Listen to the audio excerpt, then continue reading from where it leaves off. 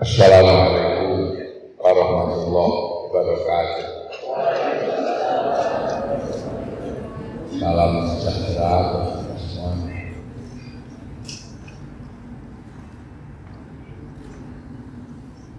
Yang saya hormati Ketua Yayasan atau yang mewakili Bapak Dekan atau yang mewakili penyelenggara yang saya hormati, mahasiswa sekalian, para hadirin sekalian, anak-anakku yang hadirah. Alhamdulillah menyambut acara ini dengan membaca selawat. Semoga ada keberkahan dalam acara siang hari ini. Tadi saya ngomong apa tadi? Nilai-nilai spiritual. Cek kita apa? Dunia. Iya. Apa jadi? Nilai-nilai. Apa tadi? Kecerdasan spiritual dengan menanamkan nilai-nilai Pemojopahitan. Ini memang rasanya kayak masuk ke Mojopahit the next. Jadi Mojopahit ada gerbang apa. Nah, anak-anak milenial kadang nggak ngerti itu sudah. Bahwa peradaban yang kita rasakan hari ini, nikmatnya menjadi orang Indonesia, itu karena susunan dari sekian peradaban. Jadi susunan dari sekian peradaban yang mengkonstruksi peradaban hari ini di Indonesia itu nggak berdiri sendiri. Jadi jangan dikira terus kemudian Indonesia ini berdiri mandiri karena adanya semenjak 45. Indonesianya ada semenjak 45. Waktu konstruksi manusia, konstruksi budayanya, sosiologinya, antropologinya, bahkan genealogi politiknya itu sudah ada. Jadi ibaratnya air mineral ini botolnya baru, tapi airnya itu semenjak dunia dibuat itu sudah ada air. Nah ini sifatnya mewadahi, labeling. Nah sesuatu yang ada dari Sabang sampai Merauke tahun 45 dikasih label, namanya Negara Kesatuan Republik Indonesia. Semuanya juga sudah ada sebelum Indonesia. Contoh, kita makan nasi itu sudah ada semenjak sebelum ada Indonesia, dan itu pelajaran orang tua dulu bagaimana bikin sayur asem. Kenapa Amerika tidak ada sayur asem? Karena nenek moyangnya tidak pernah bikin sayur asem. Yang namanya rujak cingur itu sudah ada semenjak sebelum ada Indonesia. Tuh, makanya kalau dulu zaman Sarip tambah Oso, zaman Joko Sambang itu Joko Brek itu sudah ada, Sawung Galing sudah ada. Nah kenapa kemudian di Cina tidak ada rujak cingur? Ya karena nenek moyangnya nggak pernah bikin rujak cingur.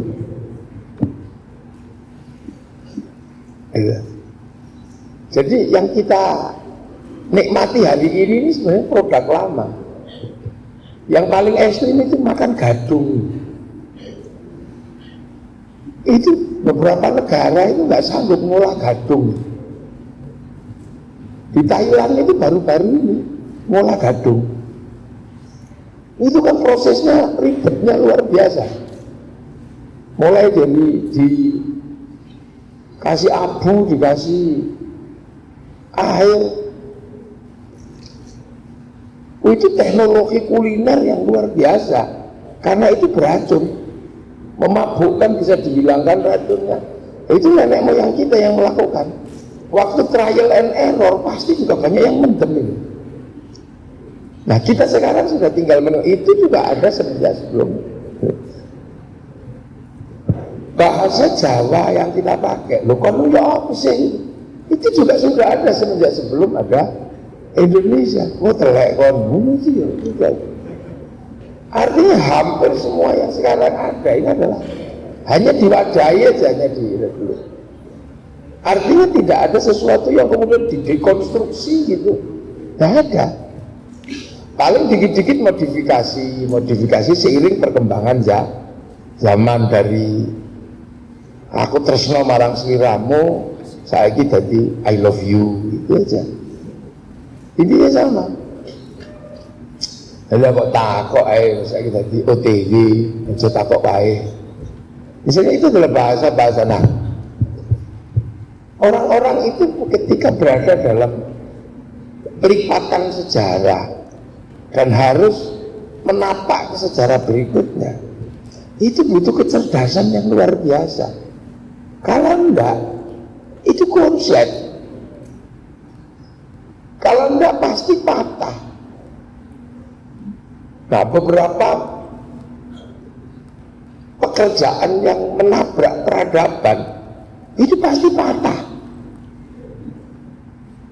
Contoh misalnya, yang paling nyata di depan mata itu Partai Komunis Indonesia misalnya. Itu kalau secara teori mestinya menang di Indonesia. Karena apa? Tanah untuk petani, pabrik untuk buruh. Mestinya petani senang dengan PKI karena akan dapat tanah dari tuan-tuan tanah itu yang masuk dalam 7 setan desa. Mestinya menang. Tapi begitu PKI ini mengganggu agama, petani yang diperjuangkan, buruh yang malah ganti nabrak PKI. Itu karena tidak mengerti sejarah bahwa di balik pertanian, di balik perburuan itu adalah landasan agama, maka dia gagal. Begitu juga gerakan DITII, gitu. Dia lupa bahwa nilai-nilai Indonesia dalam beragama itu tidak simbolik, tapi spiritual. Begitu dibawa ke formalitas agama dalam negara, ya mereka bahkan gagal. Bahkan kelompok-kelompok agama besar juga menolak, seperti Nahdlatul Ulama. Nah, ini contoh-contoh kegagalan di Indonesia. Kenapa? Karena tidak punya kecerdasan untuk geser bandul peradaban. Gitu loh. Di beberapa negara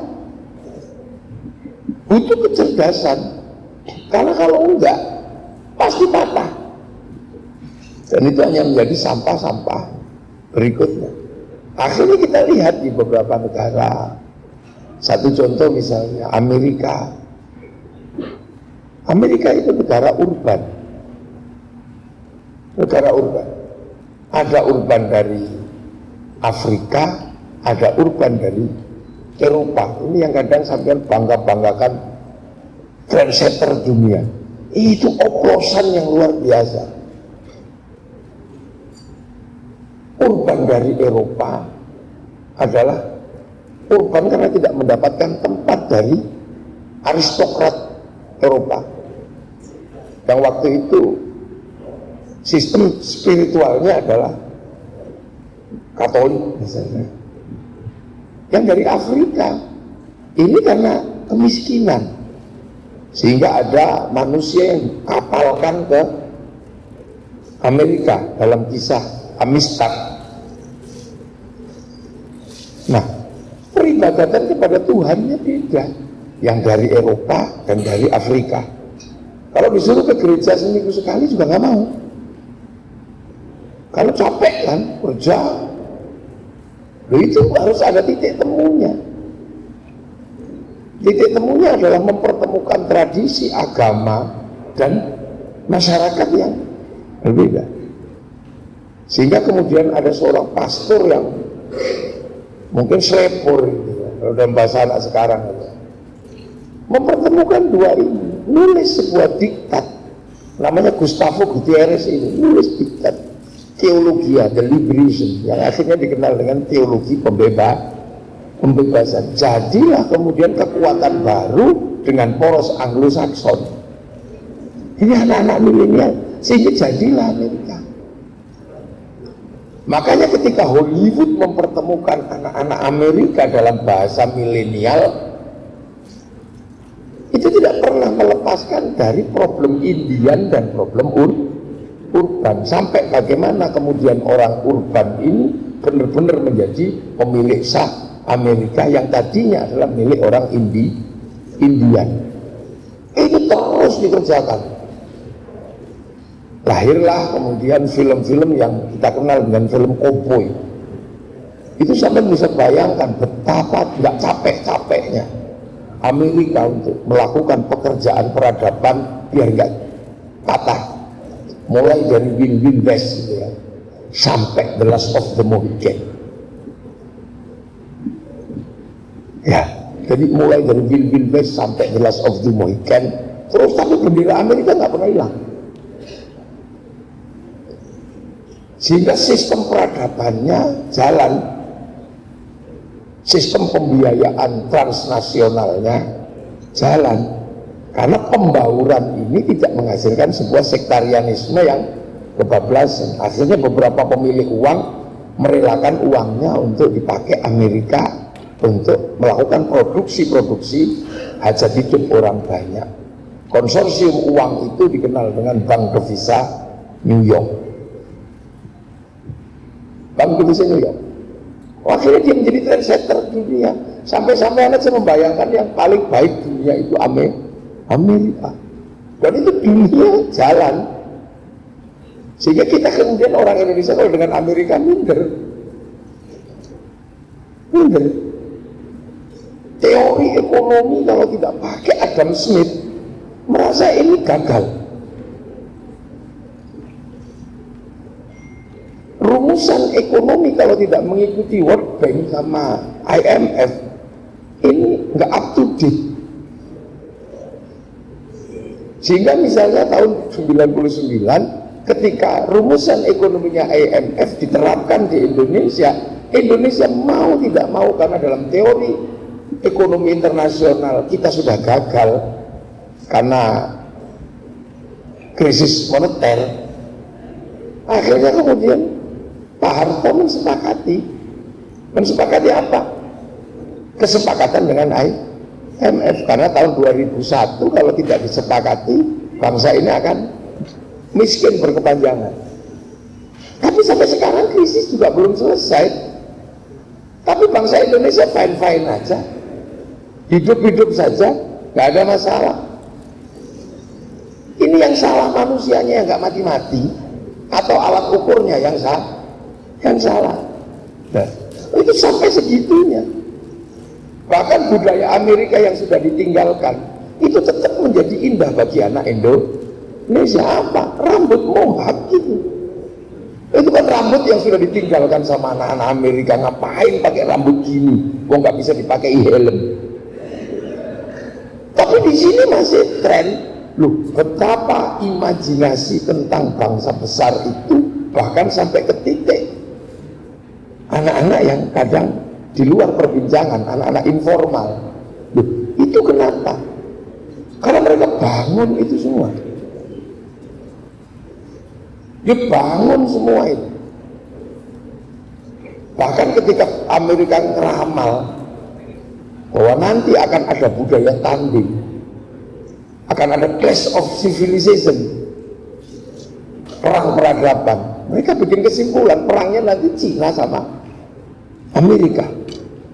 Ini yang ngeramal, mungkin bahasa kita peramal, tapi karena Amerika disebut sosiolog, antropolog, namanya Samuel Huntington. Maka ada itu benturan, dan ujung benturannya adalah agama. Makanya beberapa negara yang percaya dengan benturan agama itu panik.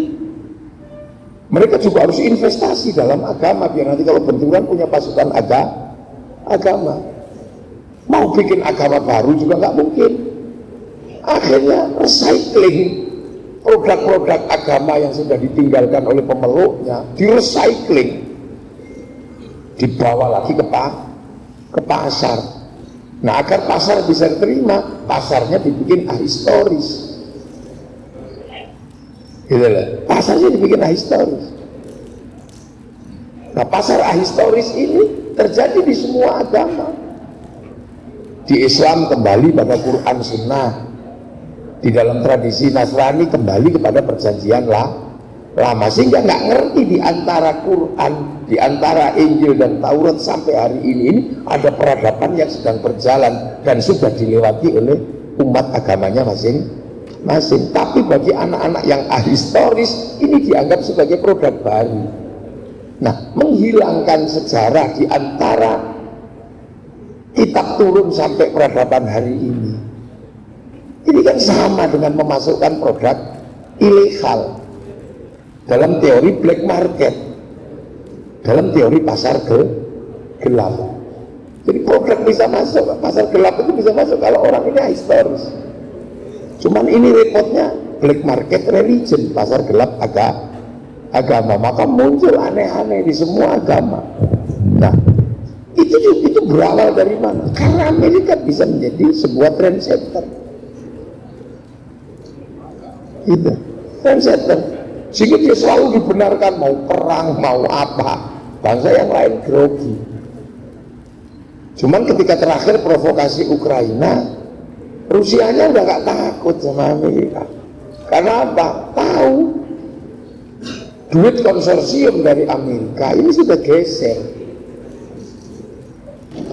ke negara yang sudah tidak ngomong agama. Karena konsorsium ini paling takut dengan agama, karena pemilik konsorsiumnya adalah Rothschild Rockefeller, itu penganut agama Yahudi. Dia paling takut karena agama itu musuh Yahudi. Yahudi itu seperti setan, kayak orang kejeduk itu, kepalanya sendiri setan gitu. Tangan setan gitu. Nah, seperti orang, jadi sudah dianggap sebagai momok dunia. Nah, dia cari bangsa. Makanya sampai jangan heran ketika duit itu digeser dari Bank Devisa New York ke HSBC, peningkatan ekonomi di Cina luar biasa dan duplikasi teknologinya jalan. 8 triliun dolar tahun 2007 terpaksa Amerika mengeluarkan obligasi. Itu anak ekonomi harus tahu itu. Terpaksa mengeluarkan obligasi. Salah satu imbasnya adalah Lehman Brothers ambruk. Nah, teknologi dan uang digeser Cina. Nah, Cina udah aman bagi kelompok-kelompok ini karena udah nggak ngomong agama. Sejarah agama Cina udah dilewati dengan apa ya, landing yang cukup indah. Ketika Tuhan melarang judi, dia bikin dia judi. Ketika Tuhan melarang mabuk, dia bikin dia mabuk. Ketika Tuhan kok sudah terlalu berkuasa, dinaiki sunggokok, Tuhannya ngungsi. Siapa berani bikin cerita peradaban seperti itu kalau nggak di sana? Makanya produktivitas di sana aja jalan. Nah, begitu ini kuat, Cina siap, gitu loh. Cina siap karena secara spiritual kalau tadi the last of the Mohicans sampai ini, di sini juga udah disiapin. Bagaimana anak-anak Cina ini punya kebanggaan kepada bangsanya. Kan dikerjakan betul dari mulai ular putih sampai ular hijau, mulai dari Hung Fei Hung, ceritakan terus. Ini jadi anak-anak Cina itu tahu identitas bangsanya. Betapa mereka dulu sudah setiap hari perang sampai ketemu titik temu dalam Sampok misalnya. Oh, jangan diulang, kita nggak mungkin jadi bangsa kalau terus bunuh-bunuhan kayak gitu antar dinasti. Dia tahu artinya bagaimana dulu sampai bangun tembok Cina, diceritakan dalam Great Wall, film terbaru yang semi digital. Tapi dia juga tahu betapa Mulan itu begitu kuatnya. Bukan hanya Wonder Woman, tapi Mulan. Mereka punya semua kebanggaan itu. Sehingga semuanya siap. Produksi, konsumsi, jalan. Jadi pertamanya ya yang datang film Wong Fei Hung apa. Tapi begitu setelah itu pabrik bisnya juga datang. Nah, ini mereka melakukan itu, jangan dikira mereka nggak melakukan itu. Bagaimana membangun konstruksi dari budaya yang pernah ada, dinaikkan untuk apa? Untuk survive. Karena bagaimanapun juga yang namanya kesepakatan nation state atau negara bangsa itu adalah jaminan survival penduduknya. Dan 2 miliar orang di Cina, orang nggak bisa main-main. Salah itu kanibal. Karena mereka punya musim dingin.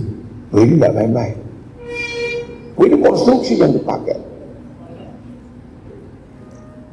Tiba-tiba kemudian kita tahu, loh, kok tiba-tiba ada bangsa yang lain lagi yang tiba-tiba hadir dalam perbincangan kita setiap hari, Korea. Tapi Korea sebelum Samsung hadir, sebelum makanan Korea hadir, itu drakor dulu datang. Drama Korea, rambutnya miring gitu ya. Terus berderai air mata. Pada saat yang sama beda tipis antara laki-laki dan perempuan.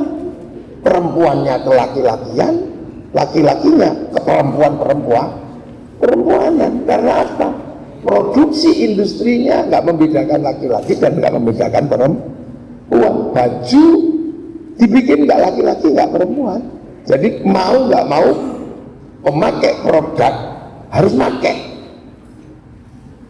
celana yang mestinya itu punya laki-laki dipakai juga untuk perempuan.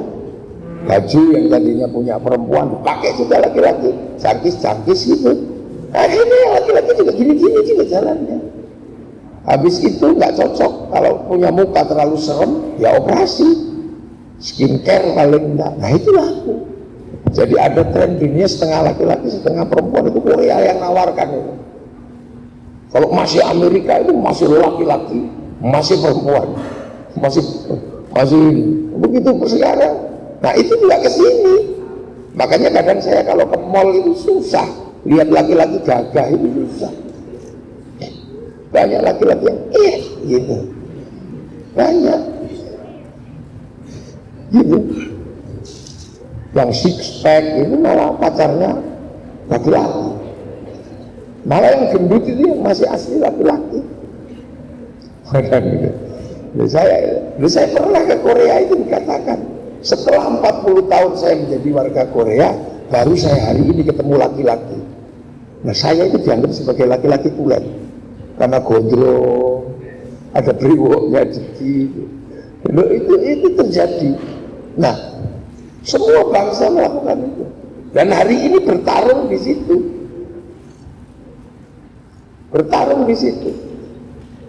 Makanya saya tadi berbincang sebentar, ini dunia ini sekarang bertarung semuanya di situ. Untuk apa? Ya menghidupi warganya. Jepang sama, Jepang juga bertarung dengan warganya. Tapi bahwa Jepang itu membangkitkan cerita tentang apa? Semangat Bushido, semangat samurai, dari katana sampai yakuza, cerita itu dibuka. Bahkan anak-anak kecil harus tahu sejarah Jepang. Yang paling menyedihkan adalah ketika perang besar antara generasi tua dan generasi muda dalam konflik Tokugawa dan restorasi Meiji. Dibangkitkan itu agar anak-anak tahu, biar nggak ngulang itu. Sampai dijadikan film kartun gitu. Samurai X dengan tokohnya Rurouni Kenshin. Dibangun dari situ terus pelan gitu, dan saling tekan bangsa ini di era milenial. Ketika Amerika gagal di Vietnam, dia bikin film Rambo 1-6. Ditekan sama Cina, dia bikin American Samurai, sama American Kungfu, American Shaolin, dia bikin. Terakhir ya Karate Kid itu. Dengan Jepang masih terpenang dia, saling menekan. Gagal obligasi, ya dibikin film apa? Kiamat 2012. Karena dia nggak bisa bayar obligasi. Dan yang membuat dia selamat ya pergi ke Tibet karena dunianya tenggelam. Cina ya balasnya juga nggak ribet-ribet amat, bikin aja the Forbidden Kingdom, bahwa tongkat Sun Gokong harus dikembalikan kepada Cina. Akhirnya anak Amerika kecil menyerahkan ke Cina, diantar sama Jackie Chan gitu. Ini dulu diciptakannya Broadway, diciptakannya opera itu sebenarnya untuk satir dari pergerakan zaman. Makanya Charlie Chaplin berani mensatirkan Hitler itu, bagian dari kampanye. Kalau di Indonesia lodruk semua masih. Nah karena itu anak milenial itu gak kerasa bahwa menikmati hari ini adalah karena kecerdasan orang dahulu, biar tidak patah pergerakan kebangsaan dari dinamika yang namanya dinamika struktural yang berawal dari dinamika kultural. Ini biar gak patah. Akan tetapi karena sistem itu transnasional, makanya pemain milenial itu gak banyak. Pemain milenial itu gak banyak. Cuman dikit-dikit aja yang main di dunia milenial. Yang lain itu pemakai semua, konsumsi semua. Makanya nggak heran sekarang agama ribut, pacaran ribut, ya, berbicara tentang ekonomi ribut, politik ribut, semua ribut. Tapi yang menikmati keributan dunia itu terbesar hari ini siapa? Mark Zuckerberg. Dia yang paling menikmati apapun yang terjadi di dunia ini dengan silang sengkarutnya, ya Mark Zuckerberg. Pacaran pakai WA, ribut politik pakai WhatsApp, persoalan pencapresan pakai Facebook. Dia ini menikmati itu. Nah seluruh Universitas Wijaya Kusuma tidak ada yang bisa lepas dari situ. Yang pasti itu. Tapi kok negara besar berani? Kayak Cina waktu itu misalnya, Cina, Jepang, Korea berani. Begitu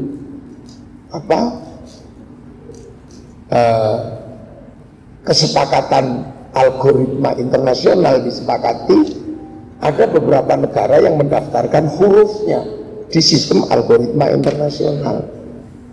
Indonesia kebetulan nggak punya huruf, sehingga apa yang mau didaftarkan tetap ABCD, dan itu huruf Latin. Sehingga ketika seandainya harus bikin big data, passwordnya tetap ABCD. Kalau Cina berani, dia daftarkan hurufnya, akhirnya dia lawan Amazon pakai Alibaba, dia lawan WhatsApp pakai WeChat, dia lawan Facebook pakai QQN. Dia berani. Kita pakai aja sehingga setiap bulan 200 triliun harus diambil sama Mark Zuckerberg karena duit itu bayar, itu bayar.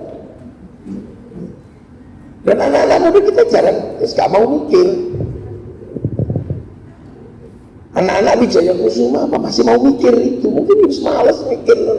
Alah enakan nganggur sih terus nyambut gawe di perusahaan yang ada.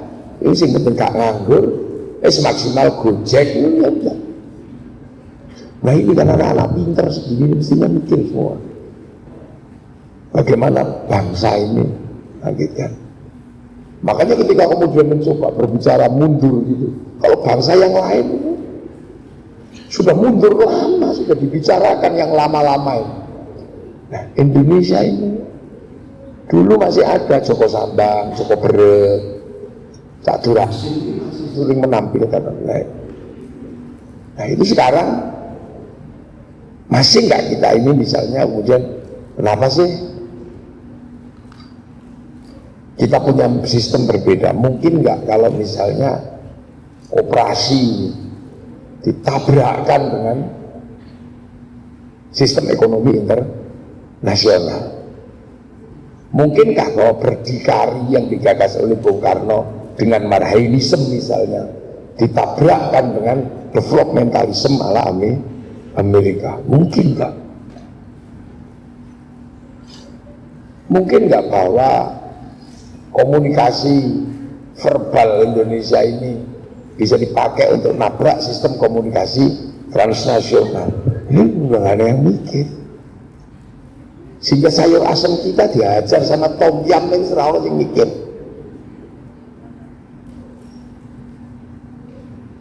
Gitu. Lemak di mana-mana itu jelek katanya.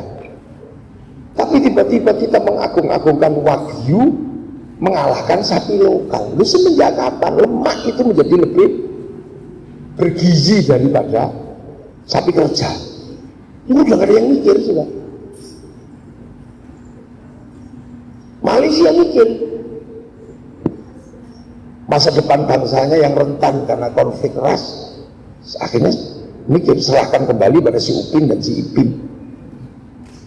Dikenalkan dengan anak-anak India namanya Jarjit, kenalkan anak-anak Cina namanya Mei Mei, kenalkan anak-anak Indonesia namanya Susanti, menghajar yang namanya spaghetti kepada ayam goreng, sehingga perusahaan-perusahaan makanan di Malaysia kalah kabut karena tiba-tiba anak-anak kecil kembali ke ayam goreng. Dan McD bukan jawabannya, tapi ayam goreng Malaysia, bukan McD, bukan Kentucky. Karena ayam goreng dunia dikuasai oleh Kentucky, dikuasai oleh McD, dikuasai itu. Nah, itu mungkin nggak gitu, bahwa rujak cingur itu dihadapkan kepada misalnya sabu sushi gitu, mungkin nggak? Salad pokoknya diajak, dan yang mikir, dan yang berani kita. Orang bahula itu masih berani tapi konsisten. Itu Prancis, filsafat dia pikir setiap hari, dan mereka berani nabrak satu kontainer tas, ditabrak dengan hanya satu tas mereknya Hermes. Itu yang sak kontainer itu langsung KO, nggak bisa. Bagaimana? Dia berani itu. Wah, baju rusak berani mengalahkan baju baik itu ya cuma Perancis. Baju sobek lebih mahal daripada baju utuh, itu Perancis. Ya Allah, saya nggak kebayang itu. Baju yang tidak kelihatan itu mengalahkan baju yang kelihatan. Sopo sih ngarep delok sipak itu sopo. Tapi dia bisa jual itu lebih mahal daripada yang kita pakai sekujur tubuh. Memang simpak tipis gitu. Saya kaget waktu saya ke Prancis dulu. Ya Allah, kok iso itu? Ini cerita no piye. Wong yo ra ketok, wong juga di dalam. Masa biaya itu larang, itu banyak Prancis yang bisa. Satu botol minyak wangi segini bisa mengalahkan satu tren produksi Amerika. Ini era Prancis lama ini. Makanya dia survive. Dan dia bisa ganjel Inggris. Sehingga sampai Inggris gagal Brexit itu. Itu ya. Memang ekonomi kan mesti ini. Itu semua berangkat dari mana? Dari identitas kebangsaan. Nah kalau itu nggak sampean pikir, ya Wijaya Kusuma ini hanya merolling pekerja. Seumur hidupnya Wijaya Kusuma hanya tambal sulam, menyiapkan tenaga kerja yang usang diganti dengan tenaga kerja yang baru, sistemnya sama, bodaknya juga sama. Iya kan? Ini begitu keluar, ini dipikir ya pondok bekerja di perusahaan sistemik udah. Makanya cari kader-kader yang cerdas di antara Wijaya Kusuma. Sakmene kabeh cukup. Nah misalnya loro tok enggak apa-apa, dua itu suruh mikir. Dibiayai sama Wijaya Kusuma. Piye caranya kamu bisa produksi? Kamu tidak terus menjadi bangsa konsumsi. Dan bangsa produsen itu pasti berawal dari mana? Dari kebanggaan pada bangsa dan negaranya. Karena produksi dan konsumsi itu berbanding lurus. Tanpa kecintaan pada bangsa dan negaranya, ada produksi tanpa konsumsi. Makanya di Indonesia males mangapon, dia tahu ngerapayu. Coba. Semua konsumsi terbesar Samsung itu di Korea, bukan di Indonesia. Produksi terbesar konsumsinya iPhone di Amerika. Cuma Cina yang bisa mengalahkan. Duplikasi iPhone yang di sana 35 juta sampai ke Indonesia, di Cina sama. Fungsionalnya sama, cuma 2 juta. Daya tahannya setahun, sana 2 tahun. Ngadepin yang 35 melawan 2 kali 1 juta, cuma 2 juta. Selisihnya masih ada 33 juta. Tanpa lifestyle pastinya. Ya. Harap perlu gaya kan gitu. Mungkin ini bisa produksi, gayanya bisa akeh. Biaya hidupnya murah, biaya kelakuannya sing larang. Bangsa produsen paling seneng dengan bangsa Indonesia. Karena setiap sesuatu yang sifatnya fungsional bisa berubah menjadi lifestyle, bisa menjadi kelangenan. Lu motor ini kan fungsional, karena ibu ini pasar. Begitu di Indonesia jadi kelangenan. Ono aksesorisnya, ono klubnya. Itu nyeneng, itu bangsa produsen paling seneng. Barang bodol aja masih bisa dijual. Kelangenan Honda 70, wah nanti tongkrong malam minggu. Dek-dek ada ini. Mana yang paling orisinil? Udah itu orisinil. Sampai tutup pentil. Itu bab orisinil. Ya Allah. RE King itu sampai cari rantai yang orisinil, cari orisinil. Itu jadi pasar tersendiri. Dan itu memang menyenangkan bangsa produsen. Jadi, maka Wijaya Kusuma ini kalau berbicara tentang konstruksinya Mojopahit, tanggung jawabnya gede. Karena beberapa institusi besar, baik institusi agama, nggak ada yang meninggalkan Majapahit, nggak ada. Islam misalnya, apakah Islam ketika datang meninggalkan Majapahit? Enggak. Sholat aja masih disebut sembahyang kok. Itu Majapahit yang sembahyang itu. Musola Langgar, Majapahit itu musola Langgar. Bahkan saya ini sebutannya masih sebutan Majapahit saya. Sebutannya kiai. Mestinya kalau aslinya ulama, syaikhun. Enggak kiai. Sementara kiai itu masih berbagi dengan kepu Kiai Slamet, tombak Kiai Pleret. Ini biasa aja. Ini saya mau coba saya itu. Jadi kalau menjadikan pengen ngerti, ini saya mau coba. Ilmidun muridun masih santri. Lu santri ini sih boso mojo. Walaupun di sana makan kurma, kami juga tetap makan nasi, betul deh. Kayak asem, ibu sih mau coba capek. Bentuk langgar, isi limasan, isi jomblo, isi mau cobain. Jadi sebenarnya nggak ada yang berubah. Cuman memang Majapahit ini punya kemampuan besar untuk mempertemukan beberapa titik peradaban. Memang canggih Majapahit itu, canggih. Bahwa bahkan hanya di Indonesia bisa terjadi, dan itu di zaman Majapahit. Apa? Siwa Buddha. Siwa kok bisa rukun Buddha itu cerita itu. Itu hanya di Indonesia.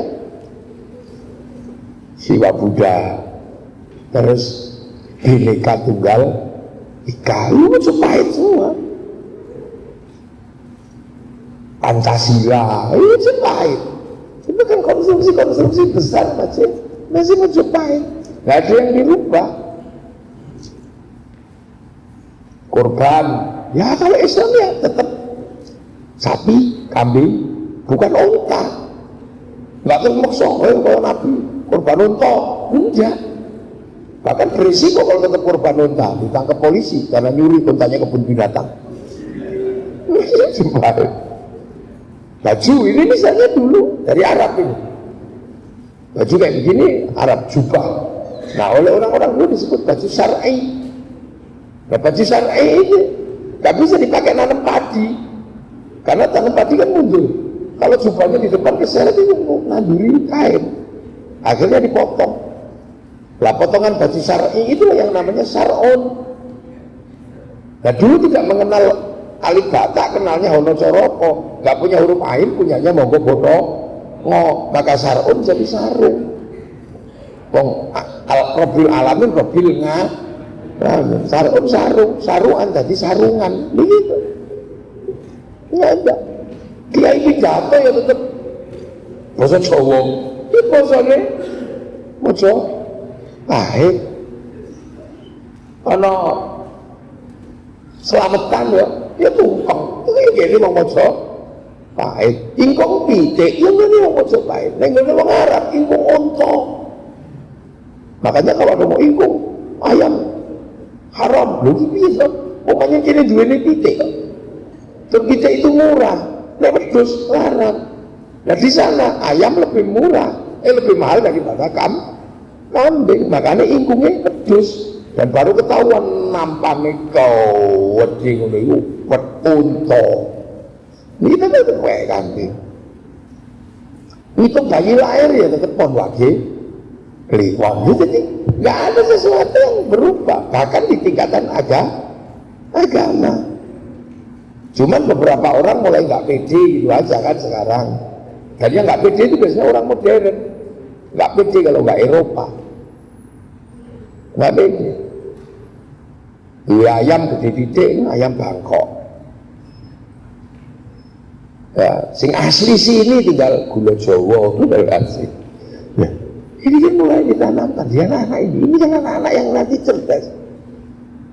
Nah orang yang mikir begini, dia pasti jadi orang, karena yang nggak banyak.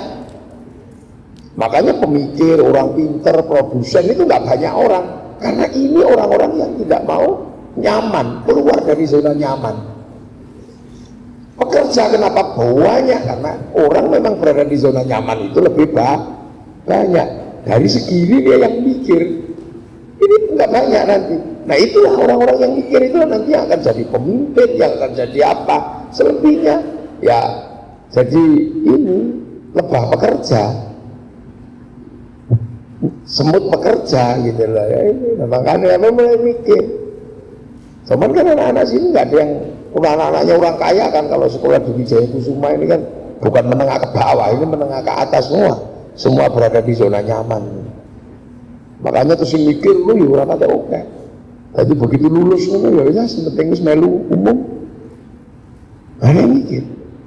Makanya pemimpin itu gak banyak, karena orang yang mau bersusah-susah, bersulit-sulit mikir jam 1 malam masih melek, kau teklik top, apa tuh mikirin apa itu. Nah itu gak banyak. Makanya ketika kita melihat alih fungsi teknologi transportasi, yang muncul ya Gojek ya satu orang aja nggak banyak, GoFood, Gokar ya nggak banyak. Nah konstruksi Majapahit. Makanya ketika Islam misalnya datang, dia nggak merubah apapun, hanya merubah sesuatu yang paling inti, yaitu kepercayaan kepada Tuhan itu aja. Sholatnya masih sembahyang, orang Kristen juga sama, masih ke gereja sembahyang. Yang Hindu Buddha ya masih sembahyang. Jadi sembahyang itu bahasa bersama. Makanya Honda juga menjadi bahasa bersama, itu pelajaran dari situ. Datang ke sini pertama kok Honda, mau RET nya disebut Honda. Yang datang pertama Aqua, mau Ake ya tetap aku tuku Aqua, metune Ake. Tuku Aqua, metune Milagros, itu bisa. Tune Ades. Seluruh produk pompa air tetap aja Sanyo, walaupun mereknya Shimizu, walaupun nasional. Sanyo mau apa Shimizu. Jadi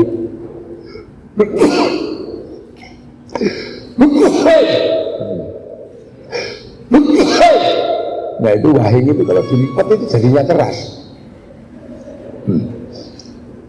Jadi semua. Dan ibu-ibu sudah bersepakat apapun isinya, bungkusnya kongguan. Jadi makanya lebaran kalau saya heran kalau bungkusnya kongkon dalamnya pasti berarti beda itu. Ada rengginang, ada wajib, kucur. Nah ini kecerdasan ini penting, jadi tidak menghilangkan itu. Makanya saat Majapahit ini sudah settle, apakah kemudian para ulama datang bercerita tentang nirwana atau surga dengan air yang mengalir? Ya enggak, di sini itu air mengalir di mana-mana. Makanya enggak ada cerita pengislaman misalnya kok terus cerita tentang surga banyak buah-buahan. Nah, di sini buah-buahan banyak sekali. Di sana paling kurma, jeruk, terus delima, rumah. Di sini ada kesemek, ada duwet, ada cipluan, lebih banyak. Bahkan hantunya lebih banyak di sini. Di sana cuma gos, sini suster ngesot sampai kolor hijau, sampai wewe gombel, kuntilanak, macam-macam, gundul pringis, gitu. Dan sudah matang, punya universitas besar namanya Nalanda, punya kitab besar namanya Negara Kertagama dalam Politik, punya kitab sosial Soma, udah komplit. Jadi kita merasakan menjadi bangsa yang indah seperti ini tanpa konflik, tanpa apa, itu warisan Majapahit. Karena Bhinneka Tunggal Ika itu saling menjaga, yang Hindu jaga Buddha, yang Buddha jaga Hindu. Karena pengalaman perang yang paling pahit itu perang agama, dan itu antar saudara tahun 750-an sampai 800. Ketika wangsa Hindu ada yang berubah menjadi wangsa Buddha, wangsa Sanjaya geser ke wangsa Sailendra, saling tikam di Jawa Tengah sana, saling tikam, paling bunuh. Karena ada yang pindah ke agama Hindu, pindah ke agama Buddha, namanya Garung. Garung ini yang kemudian bergelar Semaratungga, yang wajar orang Hindu, sampai orang Hindu wangsa Sanjaya lari, dipimpin Panukuh, anak kecil belajar ilmu arsitektur, pulang dikenal dengan nama Resi Gunadarma. Akhirnya Semaratungga ketika mau bikin candi nggak bisa karena nggak punya arsitek. Cari arsitek, ketemu si Panukuh atau Gunadarma. Maka lahirlah candi Buddha nuansanya Hindu, namanya Borobudur. Tiba-tiba anaknya Raja Buddha ini jatuh cinta sama orang Hindu yang tadi arsitek ini, namanya Pramodawardhani, jatuh cinta sama Panukuh atau Gunadarma, dinikahkan. Akhirnya kerajaan Buddha yang anti Hindu tiba-tiba anaknya menikah. Makanya saya pesan di mana-mana, kalau konflik pilpres jangan terlalu serius, nanti anakmu jatuh cinta, kamu yang pusing. Nikah akhirnya bergelar rakai ikatan ini. Terus kemudian yang Hindu dibikinkan Candi Prambanan di bawah pengawasan Resi Kumbayoni. Rukun Hindu Buddha sendiri tidak ribut. Merapi meletus geser ke barat, dipimpin oleh Balaputra, ini bangsa Buddha. Masuk ke Palembang diambil menantu, yang bangsa Isana geser ke timur, dipimpin Sindok, jadi cikal bakal Kadito. Setelah itu Singasari. Nah, Singasari ini diperluas kembali oleh Majapahit yang penguasaannya sampai separuh Australia dan ke Madagaskar. Itu kekuasaan Majapahit, dia menjadi trendsetter dunia. Makanya akhirnya sampai Thailand itu bahasanya mirip ini, candinya mirip, bukan sini mirip Thailand, tapi Thailand itu nyuntuh sini dulu. Makanya di sana ada tom yam karena nyuntuh sayur asem, bukan sayur asem nyuntuh tom yam. Jangan dibalik-balik. Sana diajar sama Majapahit, ampun. Gajah Mada ini mampu menaklukkan sampai ke semenanjung Madagaskar, separuh Australia. Cuman Australia itu agak ditinggal karena nyebrangnya kejauhan. Waktu itu kapal kita masih belum sekuat sekarang ya. Tapi sudah mampu menaklukkan. Di sana kan nggak ada manusianya, orang aborigin dalam-dalam itu. Nah itu agamanya rukun di sini sudah. Makanya sampean jangan heran kalau ada banser lebaran jaga gereja, tidak usah marah-marah. Itu warisan asli bangsa Indonesia sebenarnya. Rukun. Gitu. Nah, makanya ketika Islam misalnya ya sudah ini tetap jadi satu, rukun. Dan Majapahit teruntung. itu bukan karena diserang oleh orang lain, bukan. Majapahit runtuh itu karena memang pewarisnya bermasalah. Karena apa? Tidak ada penunjukan langsung. Itu tradisi kerajaan Hindu itu. Karena apa? Karena Hindu itu kalau orang habis berkuasa itu mengalami 3 dharma. Dharma pertama namanya Upanishad. Upanishad itu menghilangkan jati diri. Jadi tadi wongso wis minggat ngomong sudah ini benjuru sing urip. Karena harus menghilangkan jati diri, berubah dari bakul dawet misalnya. Setelah itu kabumian menjalankan dharma seperti dharmanya orang bumi. Bumi itu tambah tidak tambah subur. Baru upawasa. Upawasa itu sudah berdiam diri, nggak makan, nggak minum, sudah nggak menyentuh perempuan untuk persiapan moksa, kembali secara material kepada Tuhan untuk menghilangkan jejak material di dunia. Makanya ketika Islam datang kok ngajari nggak makan, nggak minum, nggak menyentuh perempuan, sahrusiam, kok milih upawasa, maka orang Jawa menyebutnya bulan puasa, gitu. Nah itu makanya terus beberapa kerajaan ini tiba-tiba runtuh karena apa? Rojone lungo itu aja, persiapan moksa itu. Nah itu tidak menunjuk ahli waris. Ahli waris itu sekolah rapato diri. Itu beda dengan khalifah, dengan apa? Penunjuk ini enggak, anaknya ya terserah.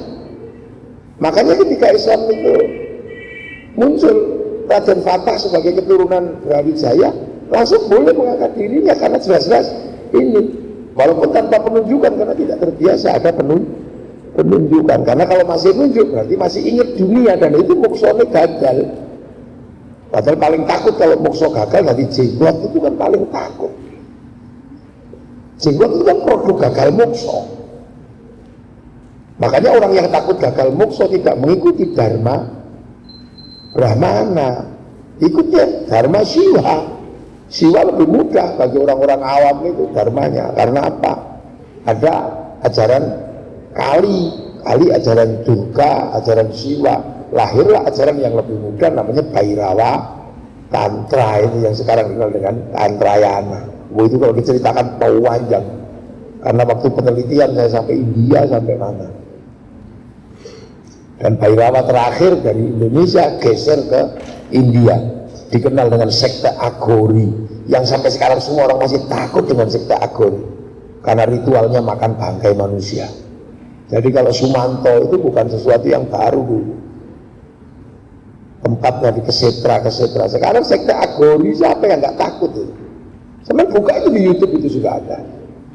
Sekte yang serem tengkorak ditumpuk itu, dan itu diakui sebagai sebuah sekte. Bagi kasta-kasta rendah yang nggak bisa melakukan upacara pembakaran, mayatnya diambil oleh orang-orang Agori boleh. Yang di tepi-tepi sungai Gangga itu misalnya kok nggak sempat bakar karena belum punya ubur rampe, diambil oleh orang Agori untuk dimakan boleh. Seperti orang Tibet, dharmanya dagingnya diserahkan sama burung bangkai, sama aja.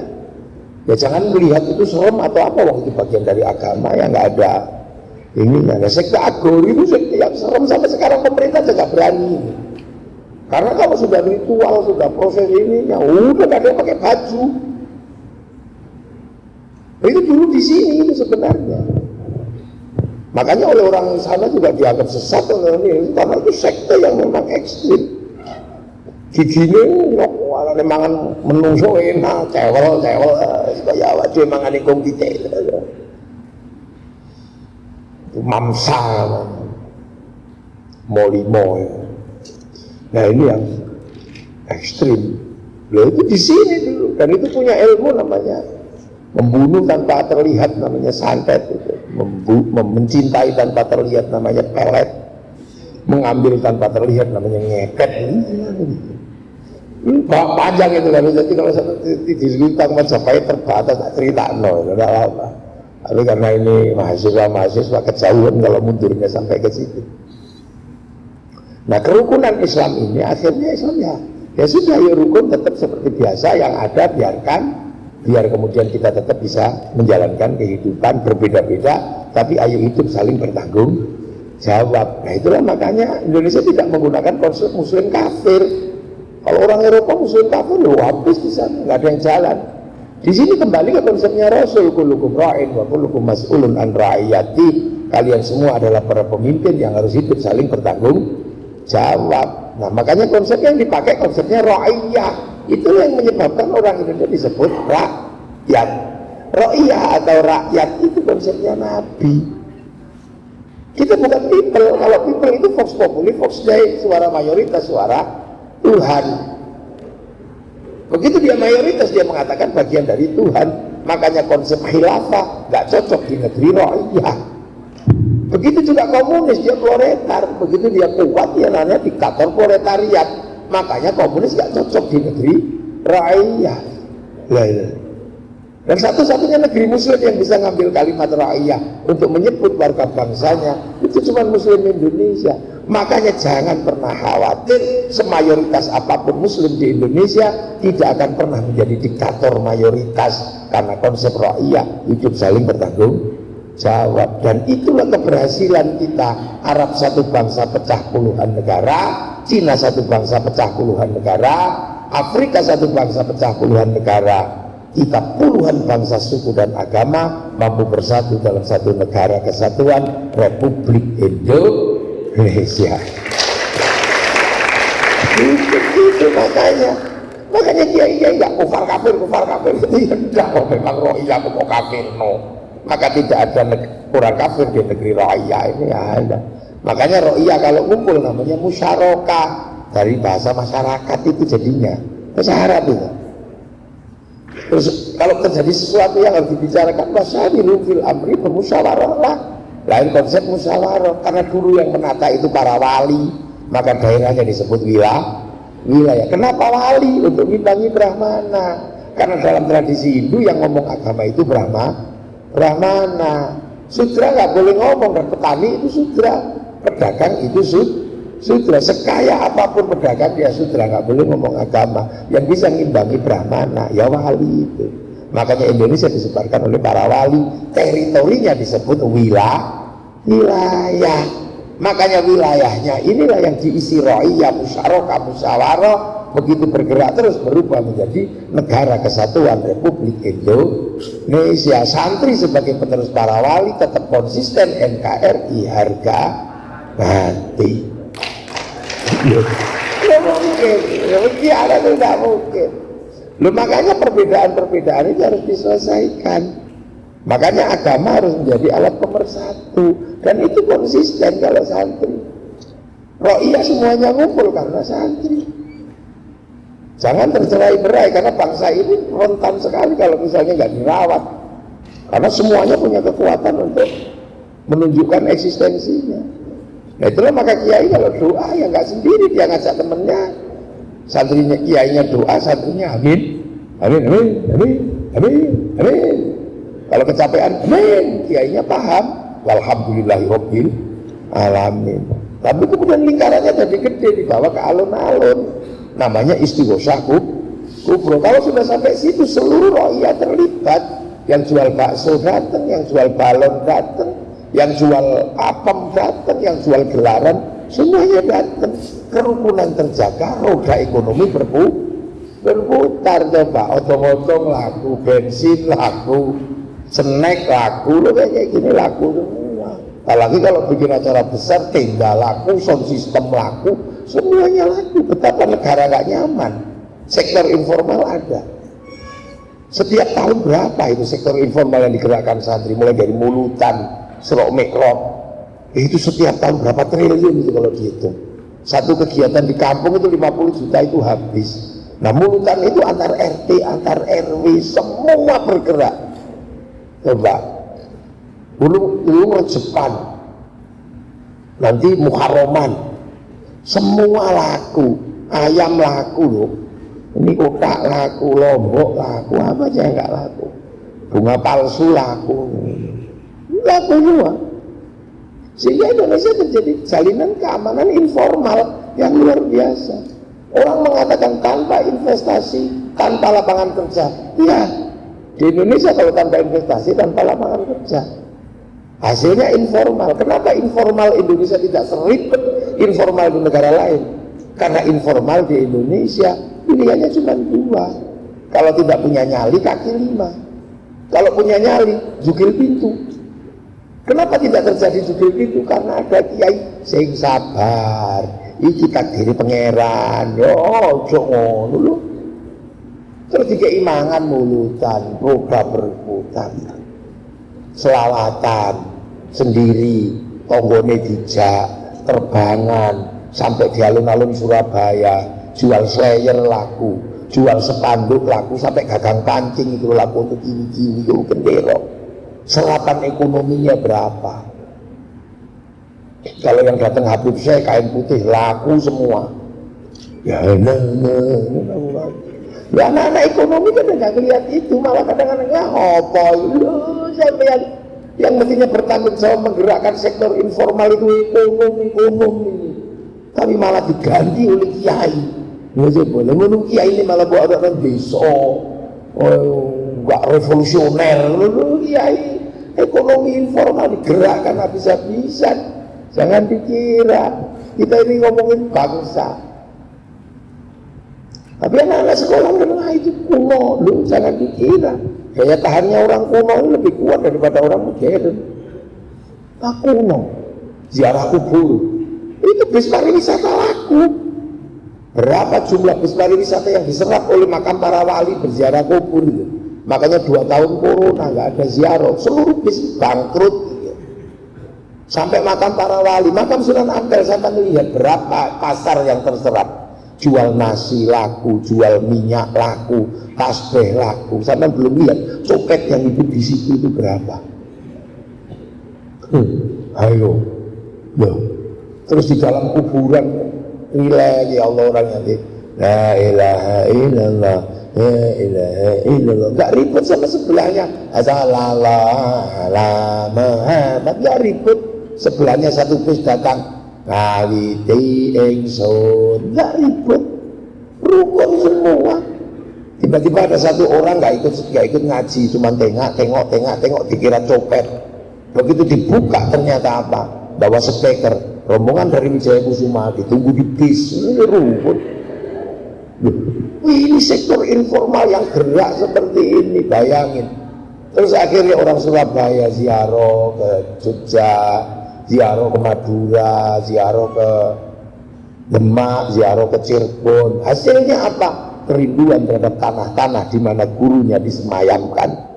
Setiap tanah yang diziarahi akan menghasilkan rasa cinta karena di situ ada gurunya disemayamkan. Kalau itu semua digerakkan dalam proses ziarah kubur, orang akan mencintai tanah-tanah di mana gurunya disemayamkan. Itu cikal bakal cinta pada tanah air. Ya. Maka ada apa tumon, teroris santri tidak ada. Seluruh teroris pasti tidak suka ziarah kubur. Lu menunggu wong modern itu kuno. Lu piye selamat ngono wong ziarah kubur tuh. Ngono dan dunia itu pasti ada arus baliknya. Makanya kalau sudah berbicara arus balik, hati-hati. Seluruh perusahaan ini bisa sekarang mengganti pekerjaannya dengan mesin. Tapi orang yang nganggur, sampean kaya karena pabriknya pakai mesin, tapi tunggu arus baliknya, dijugil lawangmu. Ini harus dipikir, itu namanya arus balik. Nah, dan kiai-kiai juga enak untuk menjaga bahwa agama ini biar tidak terlalu frontal. Karena orang kalau ngomong agama itu nggak ada kontrol, karena selalu atas nama Tuhan dan atas nama Nabi. Makanya kalau santri pidato ada 2, kalau kayak saya ini nggak sekti. Ya nggak dibatasi, mau bisa diinterupsi. Nah ada kiai yang sekti, ulama sekti itu siapa? Kalau sudah khutbah Jumat, wah itu nggak ada yang berani itu. Nggak ada interupsi tempo, nggak berani itu, mungkin aja. Nah orang kayak gitu kalau nggak dibatasi kan bahaya. Makanya santri punya tradisi suruh baca teks sama pegang tongkat. Karena kalau baca teks pasti sopan. Hidayatullah, lepas teksnya itu 10 kita saking bubar. Lepas tongkatnya jatuh. Makanya kalau pakai tongkat pasti sopan. Itakullah saudara-saudaraku sekalian, marilah kita tingkatkan takwa kita. Itu tongkatnya nggak ada, saudara Jokowi ya begitu. Ini social engineering. Bagaimana membangun konstruksi untuk keselamatan hidup bersama, karena hidup bersama harus dijaga. Gitu. Bukan cuma W.S. Rendra yang menyatakan bahwa hidup bersama harus dijaga. Ini konstruksi spiritual yang dibangun oleh santri.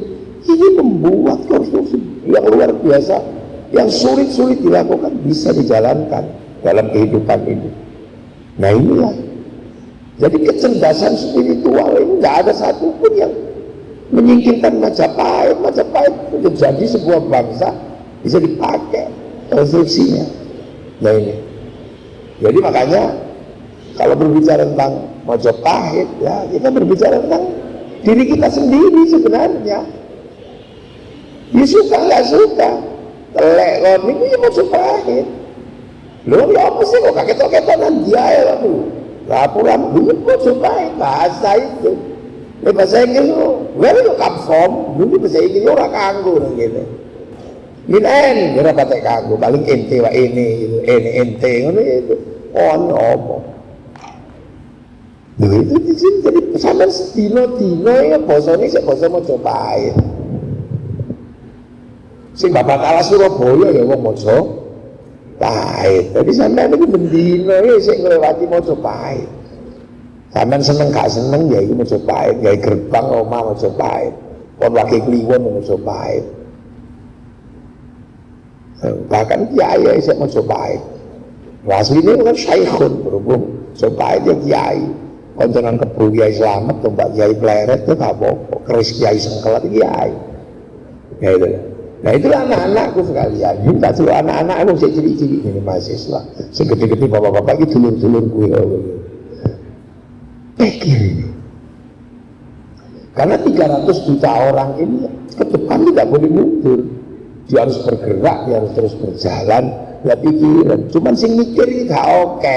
Makanya pemimpin juga gak banyak, kreator juga tidak banyak. Mikir kabeh royokan jadi kreator itu programnya semakin bagus loh. Paling semene itu masih cilo masih setiap hari mikir gimana ya tidak menjadi bangsa konsumen. Di satu contoh aja anak kadang-kadang nggak mikir pindah IKN itu. Padahal itu mungkin salah satu yang bisa kita lakukan adalah di era digital ini pasar uang harus digeser. Karena kalau pasar uang nggak digeser, habis kita sama Singapura dan Malaysia. Karena Singapura dan Malaysia dikasih oleh Inggris 1 jam lebih awal dari jam Jakarta, karena dia persemakmuran, dia Commonwealth. Dalam teori bujur dan teori lintang itu melanggar hukum alam. Karena mestinya sana itu 1 jam lebih lambat dari Jakarta, tapi bisa 1 jam lebih awal dari waktu Jakarta. Itu hasilnya apa? Diikuti oleh pasar uangnya juga bukan 1 jam lebih awal. Pasar digitalnya lebih maju dia. Makanya Elon Musk bahkan sampai hari ini pun kantornya masih di sana, karena dia nggak mungkin melepaskan diri dari perdagangan digital. Bursanya buka 1 jam lebih awal dari bursa Jakarta. Ngapain berdagang ini? Jadi bukan itu kalau kita bisa geser di IKN nanti dan sudah ada jaminan, itu yang pasti gesernya ke sana, karena makan 1/2 jam paling tidak lebih awal dari, bahkan bisa digeser ikut waktu Indonesia Timur bisa. Loh bursanya itu. Makanya sekarang ini gubernur NTT ini yang lagi asik ini sekolah jam 5. Oh ya saya petang-petang ngoroh. Untuk apa?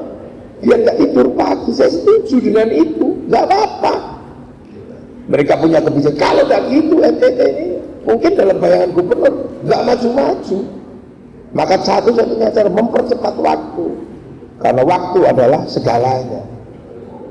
Jadi ojo kaget kene jam itu, ono jam 5 isuk, nggak apa-apa.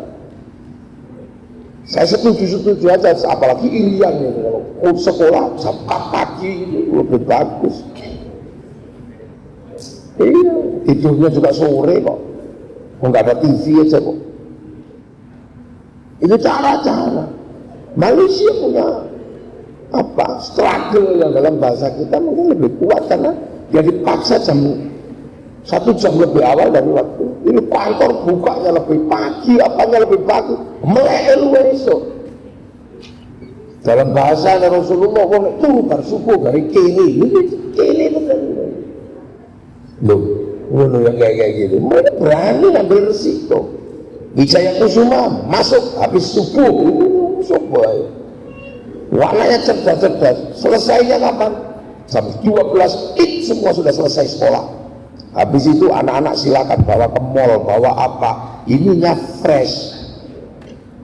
Tunggu kesuwen, sekolah sampai sore, malam udah lelah, udah ngantuk. Jadi nggak pernah punya watak fresh. Tapi kalau dipaksa habis subuh kuliah, sudah ada pembelajaran. Jam 12 selesai.